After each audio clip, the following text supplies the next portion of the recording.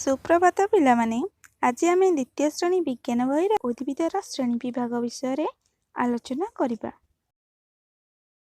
उद्भिदर श्रेणी विभाग आम चारिपाखरे अनेक गछलता अछंती। केतेक आम बगीचारे थिबा बेले आउ केतेक पोखरी बा अन्य जलाशय रे मध्य अछंती। किए बढ़िया पई अधिक जल आवश्यक करे तो आउ किए कम बा खूब कम जल आवश्यक करे। जलर आवश्यकता दृष्टि उद्भिद मानकु तीन श्रेणी रे विभक्त करा जायछि। सेगुड़िक हेले जलज उद्भिद, आर्द्रभूमिज उद्भिद और मरुज उद्भिद। आज आम जलज उद्भिद विषय आलोचना करिबा। जलज उद्भिद जेउ उद्भिद गुड़िक बढ़िबा पई अधिक जल आवश्यक करंती सेगुड़िक जलज उद्भिद कुहा जाए।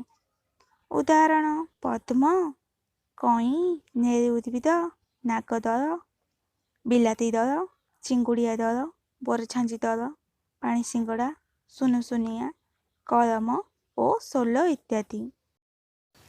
सेहीपरि पोखरी जल पद्म, कई और नेरी उद्भिद देखा जाए। नई पोखरी मानकरे नागदल, बिलाती दल, चिंगुड़िया दल, बोरछांची दल और पानी सिंगड़ा आदि देखा जाती। सन्तसंतिया स्थान मानकरे सुनुसुनिया, कलम और सोल आदि उद्भिद बढ़ती। एगुड़िक पद्म, कई, बोरछांची दल, पानी सिंगड़ा और सुनुसुनियार चित्र। एगुड़िक केतेक जलज उद्भिदर चित्र। पिलामाने आज पई एतिकी। परवर्ती कालांशरे आमे आर्द्रभूमिज उद्भिद विषय पढ़िबा। धन्यवाद।